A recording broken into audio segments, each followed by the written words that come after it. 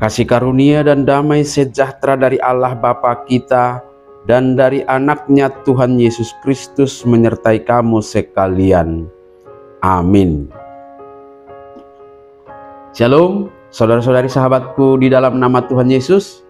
Firman Tuhan yang menyapa kita hari ini, hari Kamis, tanggal 15 Mei 2025, tertulis di dalam kitab Amsal pasal 19 ayat 17. Mari sahabatku, kita simak dan renungkan firman Tuhan yang menjadi kekuatan dan inspirasi untuk menjalani hari ini. Demikian, siapa menaruh belas kasihan kepada orang yang lemah, memiutangi Tuhan yang akan membalas perbuatannya itu. Napa sali Jehovah do manangise namar dengan bahasa tunapogos, jala ibana mamaloson dengan basanai tu ibana. Demikian firman Tuhan. Sahabat renungan harian, saudara-saudariku yang dikasihi Tuhan Allah, berbelas kasih adalah salah satu tindakan iman Kristiani yang diteladankan oleh Tuhan Yesus kepada para pengikutnya.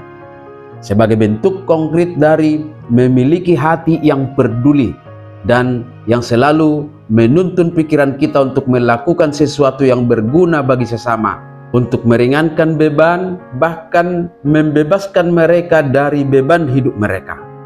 Jadi belas kasih adalah tindakan nyata, bukan hanya rasa simpati, bukan hanya berkata kasihan, tetapi harus dinyatakan dalam perbuatan-perbuatan baik, memberi makan yang lapar, memberi minum yang haus, menghibur dan meneguhkan hati yang berduka, dan paling tidak mau menjadi pendengar atas keluhan mereka untuk dibawa di dalam doa. Intinya, berbelas kasih adalah sikap yang mau berkorban dalam membantu sesama.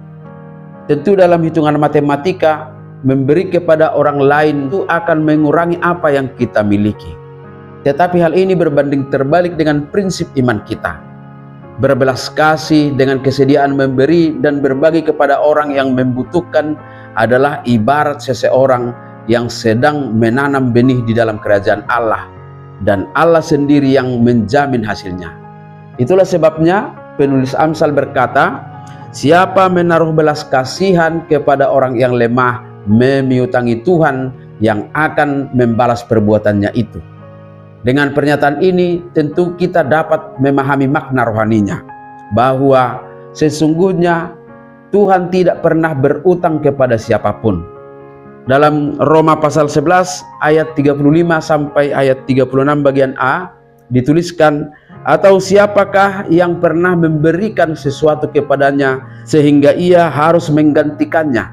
Sebab segala sesuatu adalah dari Dia dan oleh Dia dan kepada Dia. Maka sangat jelas Tuhan tidak pernah berutang kepada siapapun. Tetapi ketika kita mau menaruh belas kasihan kepada sesama, disebutkan sebagai memiutangi Tuhan, dapat kita maknai bahwa dalam setiap tindakan kasih yang kita lakukan, sekalipun orang-orang yang menerimanya tidak sanggup membalasnya, jangan pernah kecewa, karena Tuhan memiliki segalanya untuk membalaskannya kepada kita. Maka memiutangi Tuhan juga dapat kita pahami dari Matius 25 ayat 40. Apa yang kamu lakukan untuk salah seorang dari saudaraku yang paling hina ini, kamu telah melakukannya untukku.